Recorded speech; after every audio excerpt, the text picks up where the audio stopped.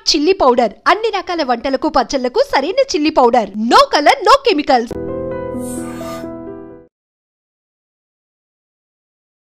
నమస్కారం, welcome to I dream. ధర్మ మార్గం విత్ విజిత కార్యక్రమానికి స్వాగతం.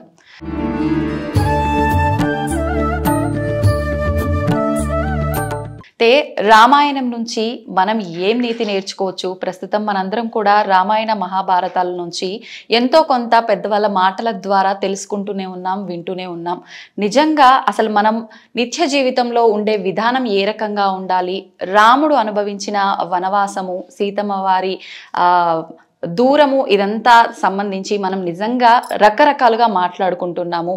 అసలు నిజంగా దాని నుంచి మనం మంచి నీతి అనేది ఏం నేర్చుకోవచ్చు? ఇలాంటి మంచి మంచి విషయాలు ఇప్పుడు స్వామీజీతో మాట్లాడి తెలుసుకునే ప్రయత్నం చేద్దాం. ప్రస్తుతం మనతో పాటు ఉన్నారు మైసూర్ అవధూత దత్తపీఠ ఉత్తరాధిపతులు పరమ పూజ్య శ్రీ దత్త విజయానంద తీర్థ స్వామీజీ గారు మనతో పాటు ఉన్నారు. ఇప్పుడు వారితో మాట్లాడి ఈ విషయాలన్నింటి గురించి కూలంకషంగా తెలుసుకుందాం. నమస్కారం స్వామీజీ.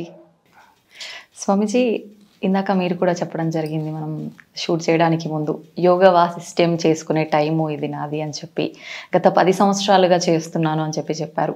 అంటే ఎప్పుడు కూడా ఈ గంట సమయాన్ని మీరు దానికే కేటాయించాల్సిన టైంని మాకు కేటాయించారు షూట్ కోసం, అది కూడా పక్కన పెట్టి 10 సంవత్సరాలుగా మరవకుండా చేస్తున్నారు అని అంటే దాని వెనకాల ఏదో ఆంతర్యం ఉంటుంది అనిపిస్తుంది. స్వామీజీ, ఏంటది తెలుసుకోవచ్చా? మొదటిగా దత్తాత్రేయ స్వామికి నమస్కారం చేస్తూ, దత్తస్వరూపులైన గురుదేవులు గణపతి సచ్చిదానంద స్వామిజీ వారిని స్మరణ చేస్తూ, గురుకృపే కారణం. స్వామిజీ వారు ప్రతిరోజు ఏదైనా విషయంలో మాట్లాడాలి అని చెప్పారు. అది నేను మాట్లాడటం అనుకోలేదు, స్వాధ్యాయం నా కోసం అని అనుకున్నాను. ప్రతిరోజు మాట్లాడటం అంటే ఎలా అనే సందేహం వచ్చింది. ఏం మాట్లాడాలి, ఏ విషయం తీసుకోవాలి, మహాభారతమా రామాయణమా అని ఇవన్నీ సందేహాలు మనసులో వస్తుంటే అప్పుడు అనుకోకుండా అమ్మగారు ఒక పెట్టె తీసుకొచ్చి ఇచ్చారు. ఇదేమిటి పెట్టె అన్నాను. అంటే మా ఇంట్లో ఏవో పుస్తకాలు ఉన్నాయి, అవి మీకైతే బాగా తెలుస్తాయి, ఉపయోగపడతాయని తీసుకొచ్చాను. అంటే అప్పుడు అంత క్రితమే యోగ వాసిష్టం అనే గ్రంథం దొరికింది, కానీ పూర్తి మూలం దొరకల. పూర్తి దొరికితే అప్పుడు చూద్దాం చెప్దామని అనుకున్నాను. తెరిచి చూస్తే 4 పుస్తకాలు ఉన్నాయి. ఆ పుస్తకాలు స్వామిజీ వారి పితృపాదులు, పూర్వాశ్రమం తండ్రి గారు నరసింహశాస్త్రి గారిగా ఉన్నప్పుడు, వారు తర్వాత దీక్ష తీసుకుని నరహరి తీర్థస్వామి అయ్యారు. వారు చదివిన గ్రంథాలు అవి. స్వామిజీ వారి మాతృమూర్తి జయలక్ష్మి మాత అమ్మ భద్రపరిచిన గ్రంథాలు అవి. తమ పెద్ద కూతురు వరలక్ష్మి గారికి వచ్చిన గ్రంథాలు అవి. తర్వాత తమ చెల్లెలు చిన్న కూతురికి వచ్చిన గ్రంథాలు. అలా చూస్తే ఇది గురు పరంపరగా వచ్చి చేరింది. స్వామిజీ వారు కూడా కొద్ది రోజుల క్రితమే ప్రతిరోజు ఏదైనా మాట్లాడాలి అని అన్నారు. యోగ వాసిష్టంలో ఎందుకు మాట్లాడకూడదు అని అనిపించింది. అలా 2014 నుంచి ప్రారంభించి ప్రతిరోజు 1 గంట సేపు దాని మీద ఒక చర్చ, స్వాధ్యాయంలాగా చర్చ కొనసాగుతుంది. స్వామిజీ, అసలు దాంట్లోంచి మేమేమైనా మంచి మాటలు నేర్చుకోవాలి అని అంటే అసలు అది ఏంటో తెలుసుకోవాలి అని అంటే ఏం తెలుసుకోవచ్చు స్వామీజీ? యోగ వాసిష్టం అనేది ఆకర గ్రంథం, సముద్రం. సముద్రంలో లేనిది లేదు. సముద్రంలో రత్నాలు ఉన్నాయి, పర్వతాలు ఉన్నాయి. అక్కడ ఒక పెద్ద ఉద్యానవనమే ఉంది సముద్రంలోని. సైన్స్ కూడా చెప్తుంది, సంశోధనలు కూడా అయ్యాయి. అటువంటి సముద్రం ఆ యోగ వాసిష్టం అనే గ్రంథం. అందులో అన్ని విషయాలు సమగ్రంగా, మనిషికి కావలసిన విషయాలన్నీ కూడా సమగ్రంగా చర్చ చేశారు.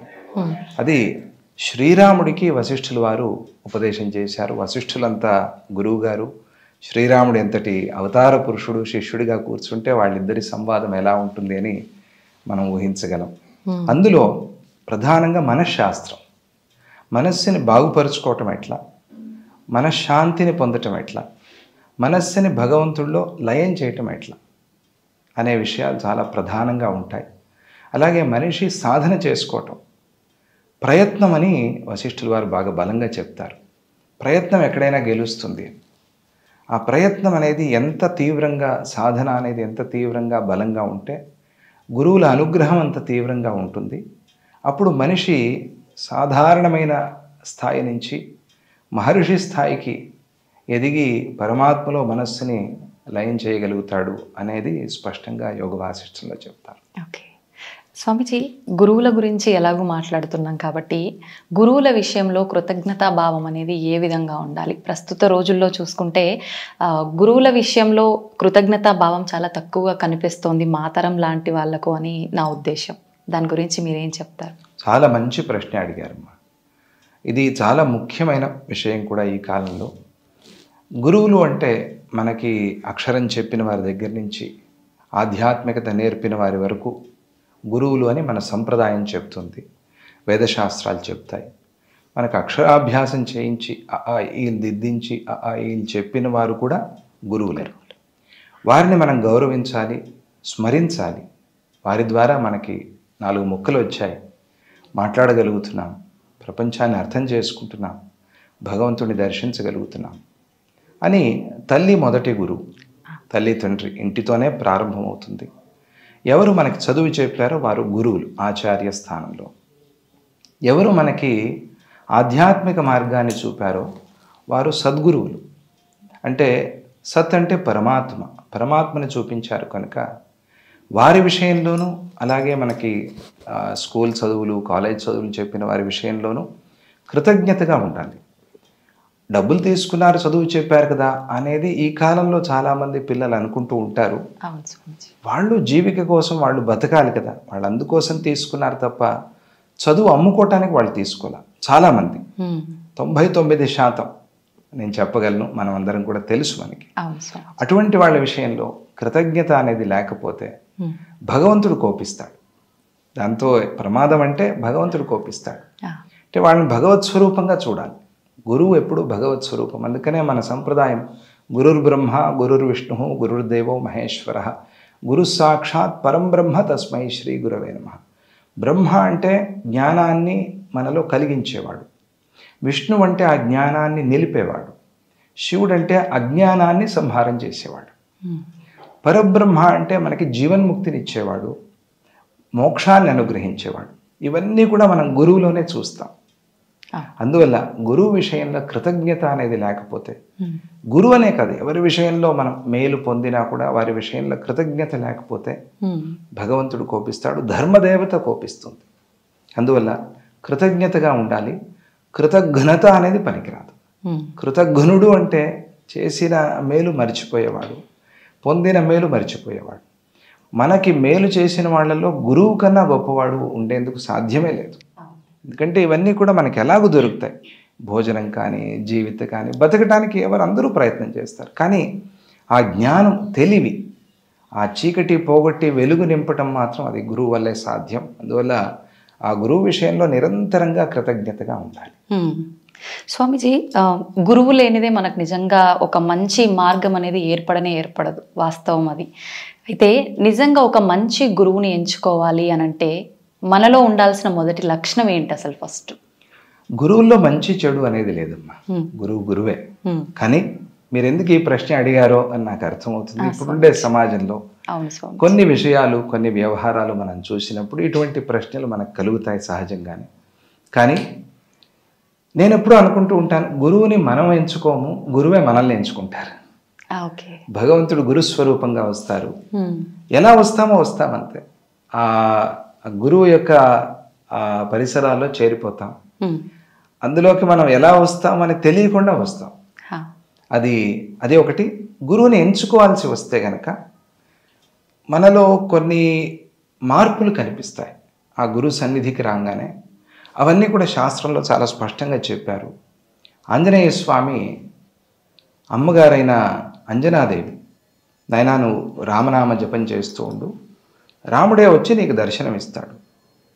అప్పుడు ఆంజనేయ స్వామి అడిగారు, నేను ఎక్కడో అడవుల్లో ఉంటాను, రావచ్చు నా దగ్గరికి, వచ్చినవాడు రాముడే అని నాకు ఎలా తెలుస్తుంది అని అడిగాడు ఆంజనేయ స్వామి. తెలివైనవాడు. అడిగితే అప్పుడు అమ్మ చెప్పింది, ఆయన ఏమీ కంగారు లేదు, ఆయన రాగానే నీకు తెలియకుండా నీ ఒళ్ళు పులకిస్తుంది, నీకు తెలియకుండా నీ కంటి నుంచి ఆనంద బాష్పాలు కారుతాయి, నీకు తెలియకుండానే నువ్వు నమస్కారం చేస్తావు, నీకు తెలియకుండానే ఇక నా జీవితం ఈయనతోనే అని నువ్వు అనుకుంటావు, సంకల్పం చేసేసుకుంటావు. ఆయనే నీ రాముడు, ఆయనే నీ ప్రభు అని అమ్మవారు చెప్పింది. చెబితే కిష్కింధలో ఒక చమత్కారం జరిగింది. వాళ్ళు ఆ ఋషిముఖ పర్వతం మీద ఉన్నారు. వస్తే అక్కడికి రాముడు లక్ష్మణుడు ఇద్దరు కూడా వచ్చారు. వస్తే వేషం మార్చుకుని వెళ్ళారు ఆంజనేయ స్వామి. కానీ ఎందుకురా ఇలా మార్చుకొచ్చాను అనే సందేహం ఉంది ఆయనలో. తెలియకుండానే ఆయన నమస్కారం చేశారు. రామచరిత మానసంలో దీన్ని విశేషంగా చెప్పారు. ఆయన తెలియకుండానే ఒళ్ళు పులకించింది. ఆయన తెలియకుండానే కన్నీళ్లు కారే నమస్కారం చేశారు. స్వామి నువ్వే నా ప్రభు, మరైతే ఎందుకయ్యా వేషాలు వేసుకొచ్చావు అని రాముడు అంటారు. అంటే మా ప్రభువు సుగ్రీవుడు చెప్పాడు, అందుకని అలా వచ్చాను. అలా మనకు తెలియకుండానే ఈయన నా గురువు, ఈయనతోనే నా జీవితం అని అనుకుంటాం. కొందరికి ఆ అనుభవం కలగకపోవచ్చు, అది నిదానంగా కలగచ్చు. కలిగినప్పుడు మనం పరీక్ష చేసుకోవాలి. ఎలా ఉంది నా జీవితంలో మార్పు, ఎలా వచ్చింది, వీరి దగ్గర ఉన్నప్పుడు నేను ఎలా ఉన్నాను, వీరి దగ్గర లేనప్పుడు ఎలా ఉన్నాను, వీరు నా జీవితంలో ఎటువంటి మార్పులు తెస్తున్నారు అనేది గమనించుకుంటే గురువుని పరీక్షించడం కూడా తనని తాను పరీక్షించుకోవటం గురువు విషయంలో ఉత్తమం. ఓకే స్వామీజీ, గణపతి సచ్చిదానంద స్వామీజీ గారికి మీకు ఉన్న అనుబంధం ఏంటి, ఎలా ఏర్పడింది? ఆత్మబంధువు, ఆత్మ సంబంధము అని చెప్పచ్చు. స్వామీజీ వారు 4వ సంతానం ఈ శరీరం, అమ్మకి అమ్మ నాన్నలకి. ఈ 4వ సంతానం వద్దనుకున్నారు వాళ్ళు. కొన్ని ఇబ్బందులతో వద్దనుకోవటం మాత్రమే కాకుండా అసలు గర్భస్రావానికి కావాల్సినట్టుగా ఆవిడ కొన్ని మందులు కూడా మింగేశారు ఆవిడకి తెలియకుండా. అప్పుడు స్వామీజీ వారు ఫోన్ చేయించి అలా అంతా చేయకూడదు, వాడు నాకు కావాలి అని చెప్పారు అని స్వామీజీ ఇప్పటికీ అంటారు. ఆ తర్వాత అది గర్భం నిలిచింది. నిలిస్తే స్వామీజీ వారు చెప్పారు, పూర్వాశ్రమంలో చెల్లెలు, స్వామీజీ వారికి పూర్వాశ్రమంలో చెల్లెలు. స్వామీజీ వారు చెప్పారు, ఎక్కడ హాస్పిటల్లో ప్రసవం కాకూడదు, ఇంట్లోనే కావాలి, అది కూడా దేవాలయంలో కావాలి అని స్వామీజీ వారు చెప్పారు. అక్కడ ఒక చాముండి వనం అని ఉంది. స్వామీజీ వారి పెదనాన్నగారు అక్కడ అర్చక స్వామిగా చేస్తూ ఉండేవారు. వారింట్లోనే అమ్మగారు కూడా ఉన్నారు. అంటే కాన్పుకి అక్కడికి వచ్చారు. అక్కడే ఆ ఇంట్లోనే ప్రసవం అయింది. అయిన రోజే స్వామీజీ వారు వచ్చారు ఆశ్రమం నుంచి చూడటానికి, ఆ బిడ్డను చూడటానికి. వచ్చి తమ కాషాయ వస్త్రం కప్పారు బిడ్డ మీద. పక్కనే పెద్దమ్మగారు ఉండి, అలా కాషాయం కప్పకూడదు పిల్లలకి, తెల్లబట్టలే కప్పాలి అని అన్నారు. వీడు రాబోయే రోజుల్లో కాషాయం కట్టుకునేవాడే, అందుకనే ఇది కప్పాను అని అన్నారు స్వామీజీ. అని ఇదంతా స్వామీజీ అమ్మ చెప్పటం. ఆ తర్వాత అలా ఒక 7 సంవత్సరాల వరకు ప్రతిరోజు ఇంటి నుంచి ఆశ్రమానికి మైసూరుకి వచ్చి వెళ్ళటం ఇలా జరుగుతోంది. ఒకరోజు బొమ్మేపర్తి, జయలక్ష్మీపురం అంటారు ఇప్పుడు, అనంతపురం దగ్గర స్వామీజీ వారి తల్లి గారి ఇల్లది. అక్కడ స్వామీజీ వారు జయలక్ష్మి మాత ఆరాధన చేస్తున్నారు. అప్పుడు నువ్వు నాతో వచ్చేస్తావా, మైసూరు తీసుకువెళ్తాను అని అడిగారు. అప్పుడే ఆ సందర్భంలోనే ఆశ్రమానికి వచ్చే ముందు స్వామీజీ వారి భజన వినిపిస్తోంది. ఓ కాళహస్తి ఈశ్వరుడా అని ఒక భజన. అది ఆ భజన స్వామీజీ వారి ఆ కంఠధ్వని వింటూ ఎంత అద్భుతంగా ఉంది, ఈ కంఠం ఎప్పుడూ వింటూ ఉండాలి, వింటూ ఉండాలంటే ఏం చేయాలి అని ఆ చిన్నతనంలో మనస్సులో అనుకున్నాను, ఎవరికి చెప్పలా. 2 రోజులు అయ్యాక మైసూరు వస్తావా అని స్వామీజీ పిలిచారు. వస్తాను, అమ్మ నాన్న అనుమతి తీసుకుని వస్తాను అని అన్నాను. అమ్మ మీరు తీసుకెళ్ళండి అని అన్నారు. తర్వాత పూర్వాశ్రమం తండ్రి గారిని అడిగి మైసూరుకి వచ్చి అక్కడ వేదాధ్యయనం కోసం, అలాగే శాస్త్రాధ్యయనం కోసం అక్కడికి రావటం. ఇక 7 ఏళ్ల వయస్సులో వచ్చి ఈరోజు వరకు ఆ ఊరికి ఇంటికి వెళ్ళలేదు నేను. తర్వాత వెళ్ళలేదు, ఆశ్రమంలోనే ఉన్నాను 7 ఏళ్ళ నుంచి. మరి ఆ చిన్నతనం నుంచి అక్కడే ఆశ్రమంలోనే స్వామీజీ వారి పర్యవేక్షణలో పెరుగుతూ ఉన్నప్పుడు ఆ బాల్యంలో మనస్సు నిలవకపోతే ఉండటం కష్టం. దాన్ని బట్టి మీరు అర్థం చేసుకోవచ్చు స్వామీజీ వారు ఎంత అనుగ్రహంతో, ఎంత ప్రేమతో, ఎంత కృపతో ఆ బాల్యంలో ఆ బాలుడి మనస్సుని గెలిచారు. అది స్వామీజీ వారితో ఉండేటువంటి సంబంధం. అది చెప్పాను కదా, ఆత్మబంధం అది. అంతే. స్వామీజీ, మళ్ళీ ఆ గ్రామానికి మీరు వెళ్ళనే లేదు అన్నారు. మరి తల్లిదండ్రులని కలవటానికి అలా వెళ్తూ వస్తూ ఉండేవారు? వాళ్ళే వచ్చి వెళ్తూ ఉంటారు.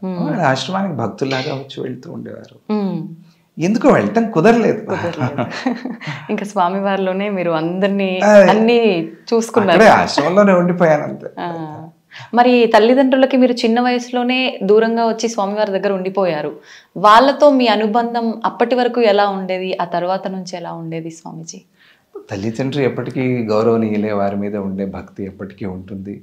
వారు వచ్చి వెళ్తూ ఉండేవారు. వచ్చినప్పుడు వారితో మాట్లాడటం, ఎలా చదువుకుంటున్నాను ఆయన వాళ్ళు అడగటం, ఏం చదువుతున్నాం ఏమిటి అని చెప్పటం, ఇది సహజంగా అందరి జీవితాల్లోనూ జరిగేది. అలా జరిగేది. అది రెసిడెన్షియల్ కన్నా కూడా కొంచెం పైది అని చెప్పవచ్చు. రెసిడెన్షియల్ స్కూల్లో వెళ్ళి వస్తూ ఉంటారు.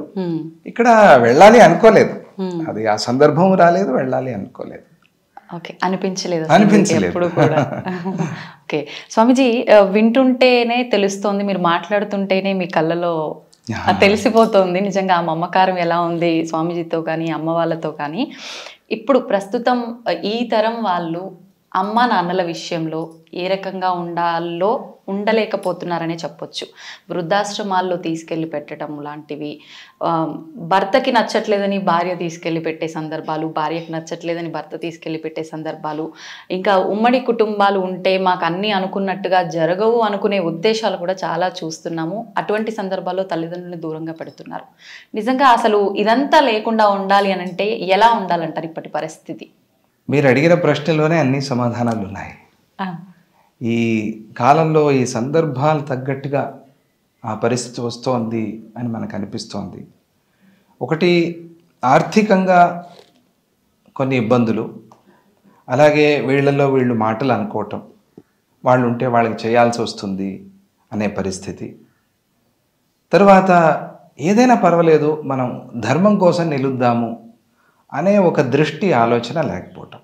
ఇప్పుడు ధర్మం మీద మన దృష్టి ఉన్నప్పుడు ఇవన్నీ చిన్న చిన్న ఇబ్బందులుగా మనకు కనిపిస్తాయి, పెద్ద ఇబ్బంది అని అనిపించదు. ఆర్థికమైనా సరే, ప్రేమ ఉన్నప్పుడు ఇంత ఇంట్లోనే అందరూ సర్దుకుని ఉండే అటువంటి కుటుంబాలు కూడా మనం చూసాం, మనకి తెలుసు కూడా. ఎంతో ఆనందంగా సంతోషంగా ఉంటారు. ఇది లేదు అది లేదు అని వాళ్ళు అనుకోరు. వీళ్ళుంటే అమ్మో మనం ఏదో సుఖించలేకపోతున్నాము అనే ఆలోచన కూడా వాళ్ళకి ఉండదు. ముఖ్యంగా అందరూ కలిసి ఉండాలి. వాళ్ళు మాటలు అనుకోరా, అనుకుంటారు, వాళ్ళలో కూడా ఏవైనా కొన్ని ఇబ్బందులు వస్తాయి, కానీ వాటిని సర్దుకుని వాటిని గెలిచి వాళ్ళు అలాగే కలిసిమెలిసి ఉంటారు.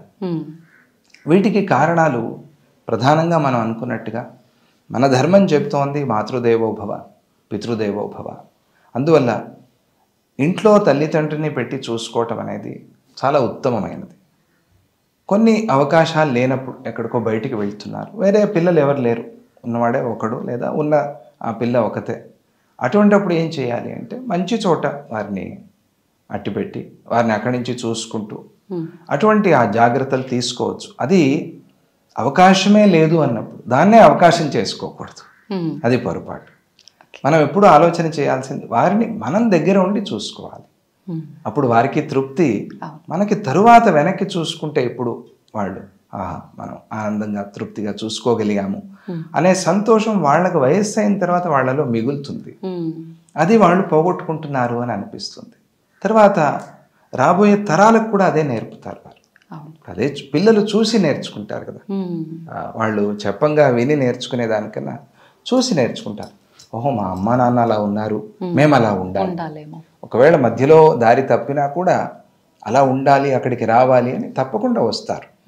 అందువల్ల జాగ్రత్తగా ఆర్థికమైన ఇబ్బందులు ఉంటే, సామాన్యంగా ఇప్పుడు అవే ఎక్కువగా ఖర్చులు పెరిగిపోయాయి. ఇదివరకు ఇవన్నీ వస్తువులు పదార్థాలు లేవు, ఇప్పుడు ఫోన్లు, టీవీలు, ఇంటర్నెట్, అందరికీ ఏసీ కావాలి, ఇవన్నీ పరిస్థితులు అలా ఉన్నాయి. అన్ని ఈఎంఐలతో జీవనం సాగుతోంది. అలా ఉన్నప్పుడు మరి వీరిని ఎలా, ఇది కష్టం కదా పోషించటము అనే ఆలోచనలు ఇవన్నీ కూడా ఆర్థికంగా ఉన్నాయి. కానీ కొన్ని మనం తగ్గించుకోవాలి ధర్మం కోసం, తప్పదు. కొన్ని త్యాగాలు చేస్తే కానీ మనం ధర్మంగా ఉండలేము అనే ఆలోచన ఉంటే ఆ త్యాగం అనే బుద్ధి మనల్ని నడుపుతుంది ముందుకి. మనకెప్పుడూ కూడా తల్లిదండ్రిని అట్టిపెట్టుకుని దగ్గరగా చూసుకోవటం అనేదే మన పద్ధతి తప్ప దూరంగా పంపించడం అనేది మన పద్ధతి కాదు, మన సంప్రదాయం కూడా కాదు, అది మంచిది కూడా కాదు. అందరూ కలిసిమెలిసి ఉంటే వారి అనుభవం పిల్లలకి చాలా బాగా ఉపయోగపడుతుంది. అది చాలా ముఖ్యమైనది. స్వామీజీ, సృష్టికి మొత్తానికే మూలకర్త భగవంతుడు. అయితే అమ్మను సృష్టించింది కూడా ఆయనే. కానీ అమ్మని మించిన దైవమే లేదు అని చెప్తుంటారు. అంటే భగవంతుడి కన్నా కూడా దైవం అమ్మనే ఎక్కువ అని అర్థమా? ఇది ఎలా తీసుకోవచ్చు అంటారు స్వామీజీ? అంటే భగవంతుడిలాగా మనం అమ్మని చూడాలి. అంతే మాతృదేవో భవ అంటే అక్కడ దేవుణ్ణి తీసేయలేదు కదా, అవును, భగవంతుని తీసేయలేదు కదా.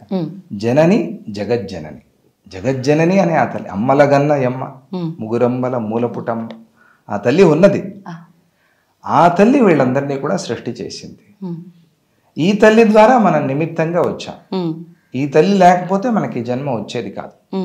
భగవంతుడు ఉన్నాడు కదా, భగవంతుడు సృష్టి చేస్తాడంటే చేస్తాడు, కానీ మనం అలా రాలేదు కదా, మనం తల్లి ద్వారానే వచ్చాము. కనుక తల్లిని మనం ఆ అమ్మగా చూస్తూ, అంటే రాజరాజేశ్వరి మాతగా చూస్తూ, ఆ తల్లి మీద ఎంత భక్తి పెట్టామో అంత భక్తి ఇక్కడ కూడా ఉంటే ఆ భక్తియే మనల్ని ఆ తల్లిని చేరుస్తుంది.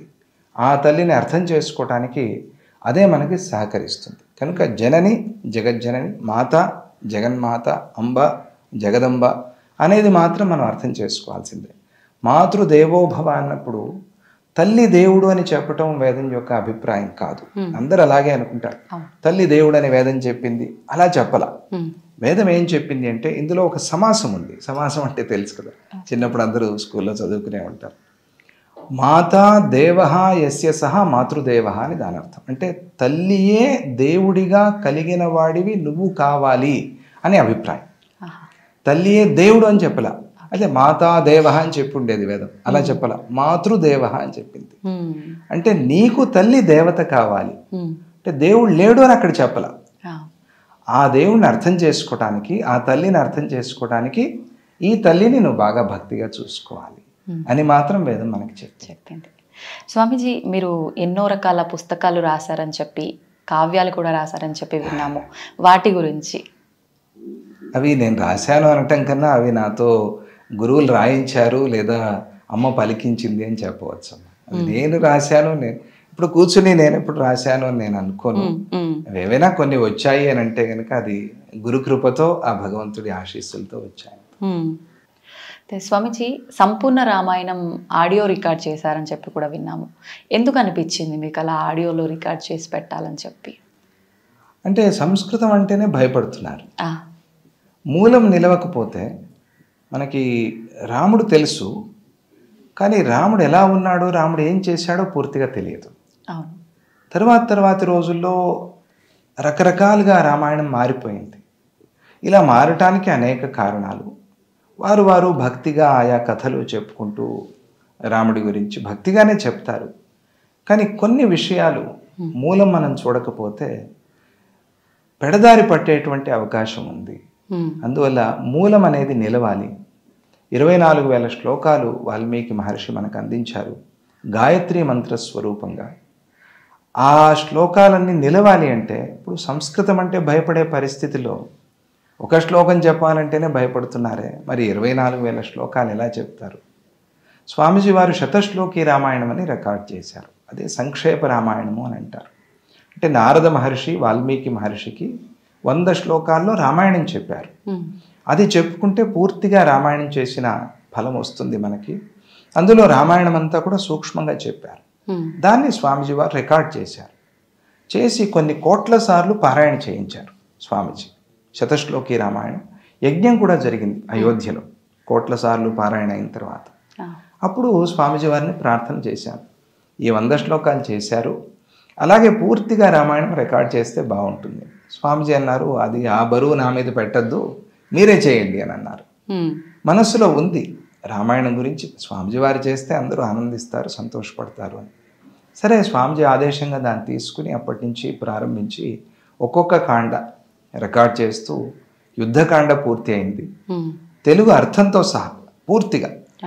అందులో ఆ శ్లోకానికి ఏమి అర్థం చెప్పారో ఆ పూర్తి అర్థంతో పాటుగా శ్లోకాలు కూడా పూర్తి శ్లోకాలే అని అనుకున్నాను, కానీ తెలుగు అర్థం లేకపోతే అందరూ ఇబ్బంది పడతారని చెప్పి తెలుగు అర్థంతో పాటుగా రికార్డ్ చేస్తూ యుద్ధకాండ వరకు వచ్చాము. ఉత్తరకాండ రికార్డ్ అవ్వాల్సి ఉంది. రామాయణం నుంచి ఒక 4 మంచి మాటలు అందరికీ అర్థం అవ్వాలి, వాళ్ళ జీవితంలో చిన్న మార్పు అయినా మొదలవ్వాలి అంటే ఏం చెప్పచ్చు స్వామీజీ? రాముడు అంటే సత్యము ధర్మం. రాముడు అనగానే మనకు గుర్తొచ్చేది అదే. సత్యధర్మాల కోసం ఆయన అడవినే అయోధ్యగా భావించాడు. మనిషి సాధించాలి అని అనుకుంటే కష్టాలకు భయపడకూడదు. ఆ కష్టాలకి మనం ఎదురొడ్డి నిలిచినప్పుడు మాత్రమే సామాన్యుడు రాముడు కాగలడు. ఎప్పుడూ నేను మానవుడు అనే చెప్పాడు తప్ప ఆయన ఎప్పుడూ నేను దేవుడని చెప్పలా.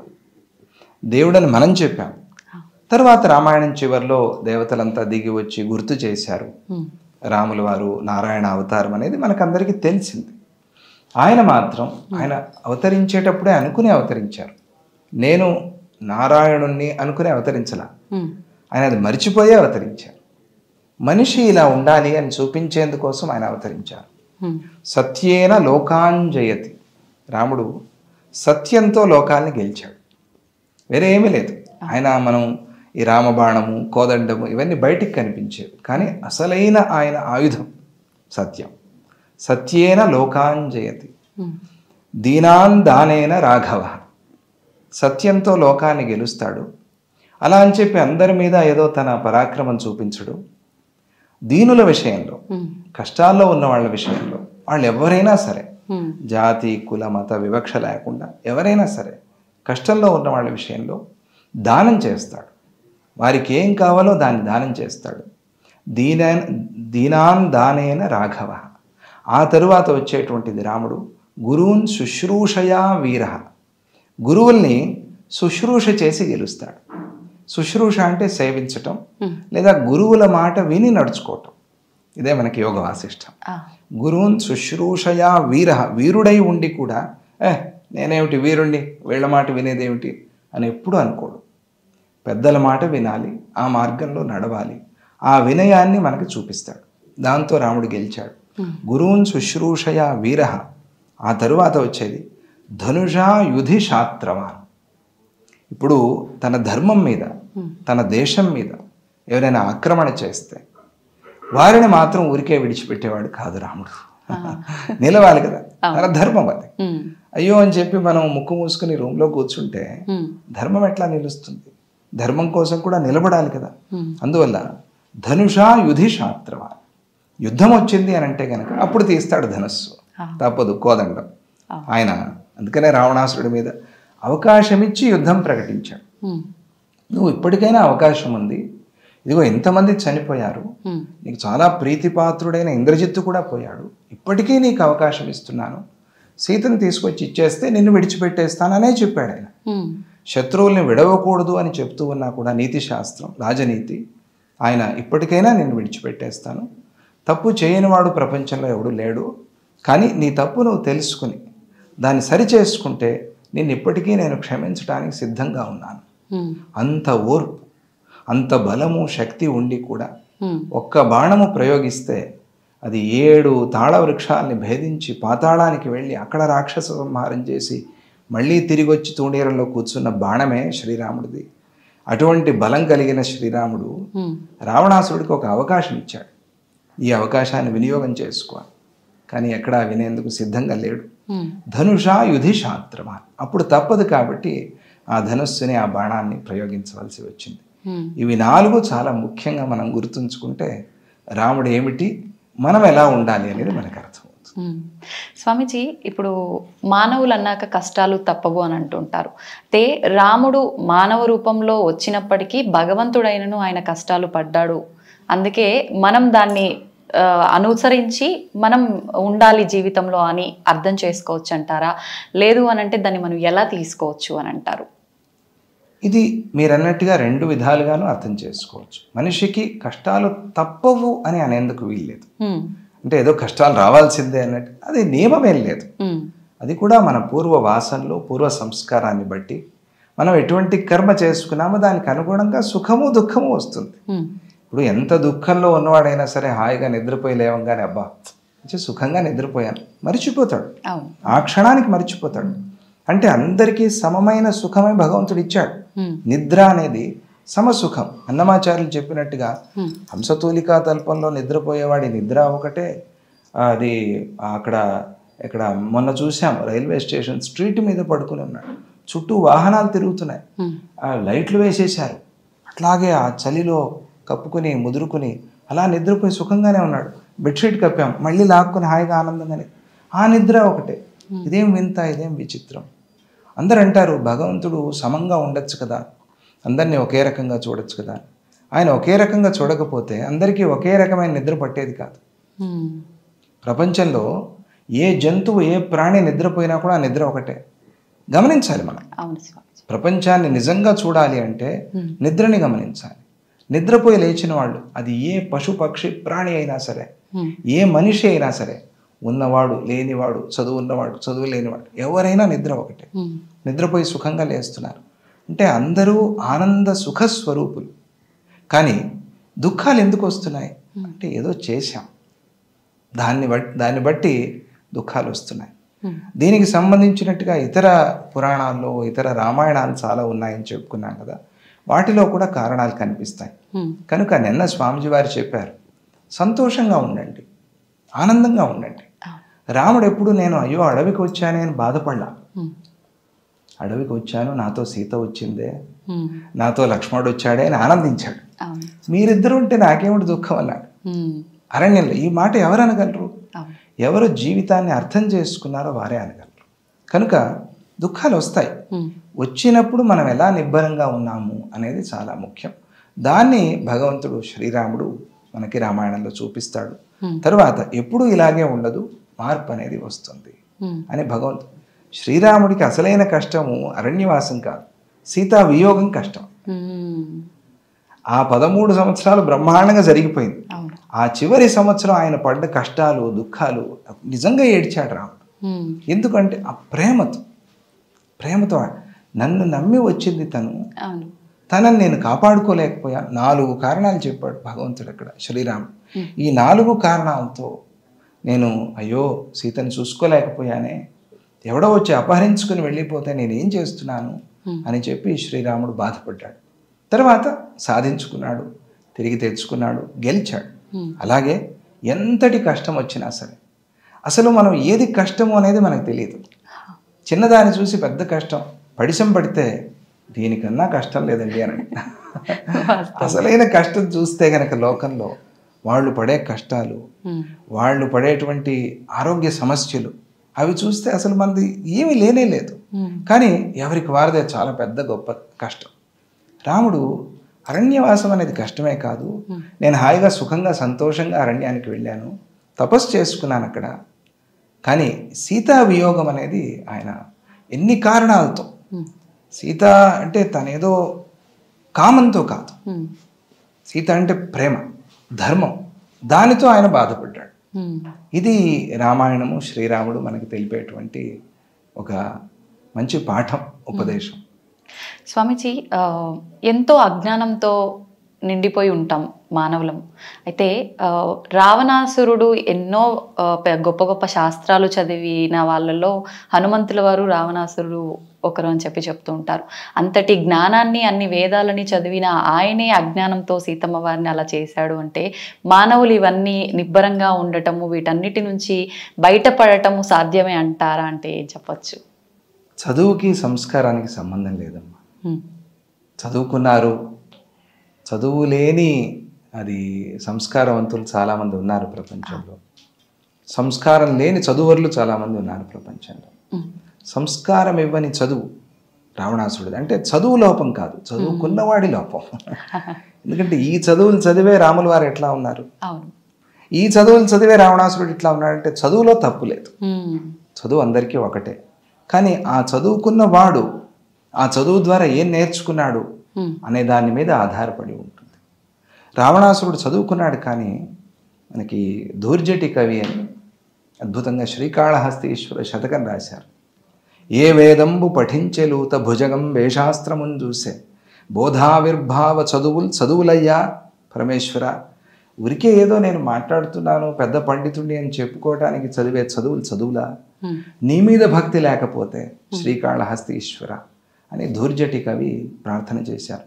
శ్రీకాళహస్తి, శ్రీ అంటే సాలెడు పురుగు, కాళం అంటే సర్పం, హస్తి అంటే ఏనుగు. ఈ 3 ఏం చదువుకున్నాయి? 3టికి భగవంతుడు ముక్తిని అనుగ్రహించాడు. ఎంత విచిత్రం! అన్ని చదువుకుని రావణాసురుడు ఇలా అయిపోయాడే అని మన ప్రశ్న. అంటే భక్తి లేదు. చాలా శివభక్తి పరాయణుడు అని చాలామంది చెప్తారు. అది స్వార్థపూరితమైన భక్తి, అంతవరకే ఉంటుంది. శివుణ్ణి ప్రసన్నం చేసుకోవాలి, శివుడి ద్వారా ఏవో వరాలు పొందాలి, అంతవరకే. తర్వాత మళ్ళీ అంటే నిరంతరమైన భక్తి ఉంటే, భగవత్ స్మరణ చేస్తూ ఉంటే ఇటువంటి పిచ్చి ఆలోచనలు వచ్చే అవకాశమే లేదు కదా. మరి రావణాసురుడికి ఇటువంటి పిచ్చి ఆలోచన ఎందుకు వచ్చింది అంటే, చుట్టూ ఉండేవాళ్ళు అలా ఉన్నారు, చెప్పే మాటలు అలా ఉన్నాయి, కావాలని చెప్పి రెచ్చగొట్టారు. శూర్పణఖ భర్తని రావణాసురుడే సంహారం చేశాడు. అది ఉత్తరాఖండలో వస్తుంది. విద్యుజ్జిహ్వుడు అని పేరు. అతన్ని యుద్ధం చేస్తూ చేస్తూ నా కత్తి తగిలింది, చూసుకోలేదు నేను, చనిపోయాడు అని చెప్పాడు. కానీ రావణాసురుడి యుద్ధ నైపుణ్యాన్ని చాలా పురాణాలు వర్ణించాయి. అంత గొప్ప వీరుడు చూసుకోకుండా తన సొంత బావగారిని చంపేస్తాడా అంటే దీని వెనకాల ఏదో కుట్ర ఉంది. ఈ విషయం శూర్పణఖకి తెలుసు. మా అన్న భర్తని చంపేశాడే అని మనస్సులో పెట్టుకుంది. సమయం కోసం ఎదురు చూసింది. ఈ విషయం రామాయణంలో చెప్పరు, విద్యుజ్జిహ్వుడి కథ మాత్రమే చెప్తారు. మనం అర్థం చేసుకోవాలి. శూర్పణఖ అందుకేం చేసింది, వీడిని ఎలాగైనా సర్వనాశనం చేయాలి అని అనుకుంది. సమయం కోసం చూసి రాముడు వచ్చాడు, కంటపడ్డాడు.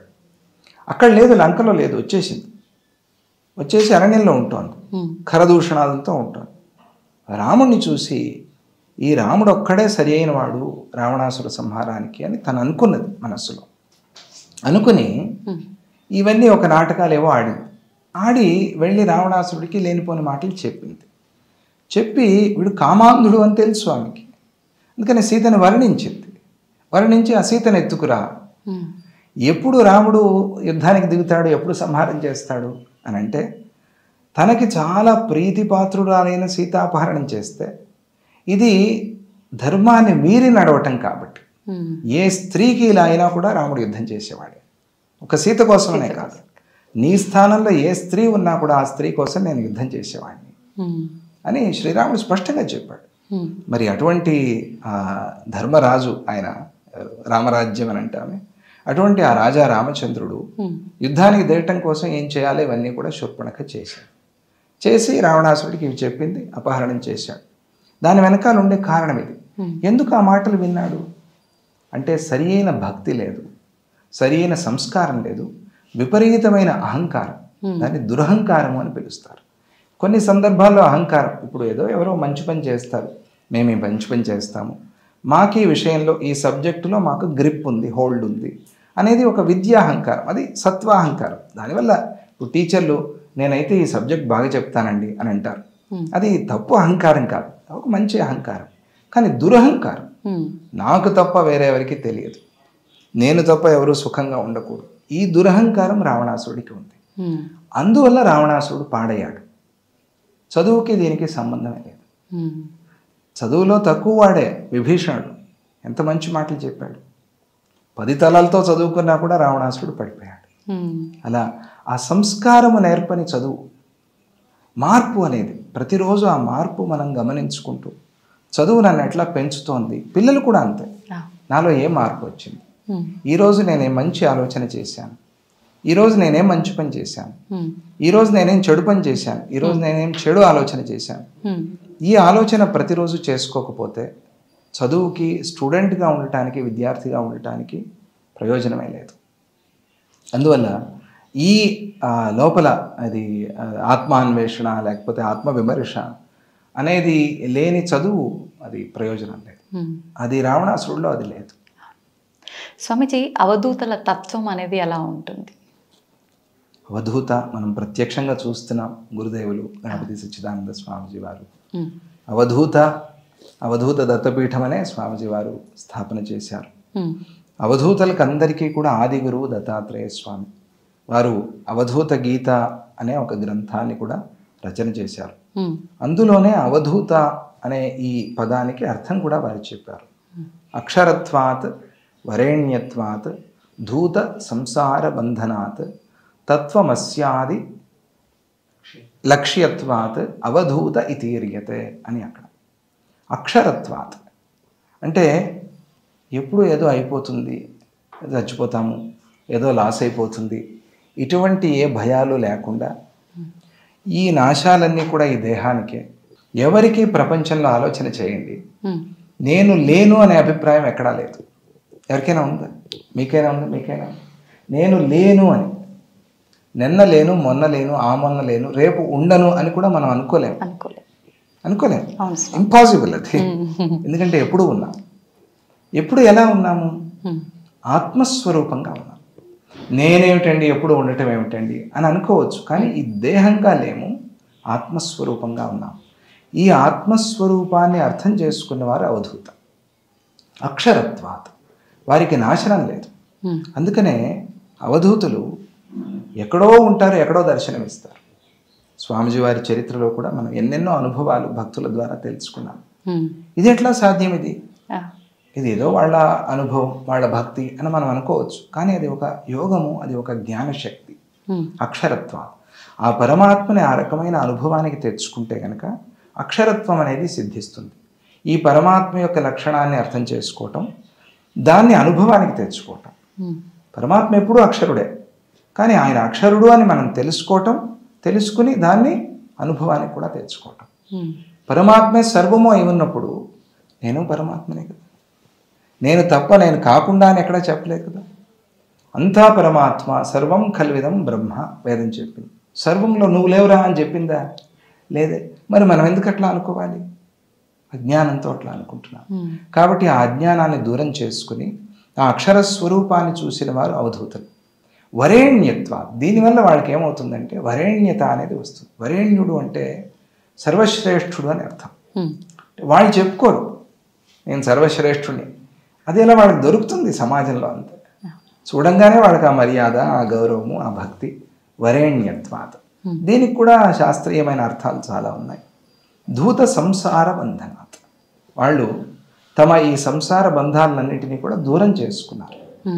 సంసార బంధం అంటే పెళ్ళి, పిల్లలు, జాబ్ ఇది మాత్రమే అని అనుకుంటారు చాలామంది. కాదు, జనన మరణాలు నాకు లేవు అని అనుకోవటం సంసార బంధం. నాకు ఉన్నాయి అనుకోవటం సంసార బంధం, లేవు అని అనుకోవటం మోక్షం. అంతే. నాకు జనన మరణాలు లేవు అని అనుకుంటే ఇవన్నీ ఎన్నున్నా ఇబ్బంది లేవు. సన్యాసికి, సంసారికి ఒకే కుటుంబం, సన్యాసికి ప్రపంచం అంతా కుటుంబం. ఆ మాట ఎందుకంటారు అని అంటే అందరినీ తమ పిల్లల్లాగానే, అందరూ తమ వాళ్ళలాగానే చూస్తారు. ఆత్మీయత అని, ఆత్మీయత అంటే అర్థం అది ఆత్మభావనతో చూస్తారు. కాబట్టి ఆ రకంగా ధూత సంసార బంధనాత్. తత్వమస్యాది లక్ష్యత్వాత్, తత్వమస్యాది వాక్యాలు ఉన్నాయి. వాటి గురించి వేదం చెప్తున్నప్పుడు ఎవరిని చెప్తోంది అని అంటే ఇదిగో ఇటువంటి అవధూతల గురించి చెప్తోంది, గురువుల్ని గురించే చెప్తోంది. కనుక అవధూత ఇతీర్యతే. ఆ వ ధూ త ఈ 4 అక్షరాలకి ఈ శ్లోకంలో దత్తాత్రేయ స్వామియే అర్థం చెప్పారు. అది అవధూత లక్షణం. అటువంటి ఆ లక్షణాలన్నీ కూడా మనం పూర్తిగా పూజ్య గురుదేవులు గణపతి సచ్చిదానంద స్వామిజీ వారిలో చూస్తూ ఉన్నాం. అందుకనే ఆ అవధూతని అనుసరించి నడుస్తుంది. స్వామిజీ, యోగ వాసిష్ఠ్యం నుంచి యువతకు ఒక మంచి సందేశం ఇవ్వాలి అని అంటే ఏం చెప్తారు స్వామిజీ? ఏం చెప్పును, ఎన్ని చెప్పును. యోగ వాసిష్ఠం అంతా ఒక సందేశమే. యోగము వాసిష్ఠం ఆ పేరులోనే సందేశం ఉంది. అందరూ యోగాభ్యాసం చేయాలి. వశిష్ఠుడు అంటే గురువు, చాలా గొప్ప స్థాయిలో ఉండేవారిని వశిష్ఠ అని అంటారు. అలాగే తమని తాము వశం చేసుకున్న వారిని వశిష్ఠుడు అని అంటారు. అందరికీ ఆ శక్తి రావాలి. తమ అధీనంలో తమ ఇంద్రియాలు ఉండాలి తప్ప ఇంద్రియాల అధీనంలో తాము ఉండకూడదు. మనం గుర్రం ఎక్కి కూర్చుంటాం, వాహనంలో కూర్చుంటాం, మన మీద వాహనం ఉండదు. ఇది యోగ వాసిష్టం మనకి చెప్పేది. అందరూ దాన్ని అర్థం చేసుకోవాలి, పాటించాలి. ఇంకా చాలా ఉన్నాయి. నాకు చాలా ఇష్టమైంది మోక్షద్వారే ద్వారపాలా చత్వార పరికీర్తితా శమో విచార సంతోష చతుర్థ సాధు సంగమ. ఈ శ్లోకం చాలా గొప్ప శ్లోకం. అందరికీ మోక్షం కావాలి అనే కోరిక ఉంటుంది. మోక్షం అంటే ఆ సందర్భంలో ఉండే కష్టం నుంచి బయటపడటం అని కూడా అనుకుంటూ ఉంటారు. నాకు దీని నుంచి ముక్తి వస్తే చాలరా అంటూ ఉంటారు. ఆ రకంగా కూడా అందరూ ఆ మాట వాడుతూ ఉంటారు. కానీ మళ్ళీ జన్మ మరణం అనేది లేకుండా ఈ చక్రం నుంచి బయటపడటం, దాన్ని మోక్షం అంటారు. ఏదైనా కూడా ఈ మోక్షం అనే ఈ భవనానికి 4 ద్వారాలు ఉన్నాయి. ఈ 4 ద్వారాలు శమం. శమం అంటే మనస్సుని మనం అధీనంలో ఉంచుకోవటం. మనస్సు కోతి, పరిగెత్తుతూ ఉంటుంది. విచిత్రమైన కోతి, మామూలు కోతి కూడా కాదు. కోతి పిచ్చి పట్టిన కోతి, కళ్ళు తాగిన కోతి, తాటి చెట్టు ఎక్కి కూర్చున్న కోతి, తేలు కుట్టిన కోతి, దయ్యం పట్టింది దానికి. ఇటువంటి ఆ కోతి ఎలా ఉంటుందో మన మనస్సు కూడా అలాగే ఉంటుంది. దానికి దీనికి ఏమీ తేడా లేదు. అటువంటి ఆ మనస్సుని మనం మంచి వినటం, మంచి ఆలోచన చేయటం, మంచి సాధన చేయటం, లేదా మంత్రజపం చేయటం, యోగాభ్యాసం, ఇటువంటి వాటితో ప్రతిరోజు కొద్దిగా ఒక 10 నిమిషాలు, అరగంట, గంట వీలైనంత వాళ్ళ శ్రద్ధని బట్టి సాధన చేసుకుని ఆ మనస్సుని నిగ్రహించుకోవాలి. లేకపోతే ప్రయోజనం. మనస్సు పరిగెత్తిన చోటికల్లా వెళ్ళటము, లిజన్ టు యువర్ హార్ట్ అంటూ ఉంటారు. హార్ట్ ఈజ్ డిఫరెంట్, మనస్సు ఈజ్ డిఫరెంట్. రెండింటికి చాలా తేడా ఉంది, సంబంధం లేదు.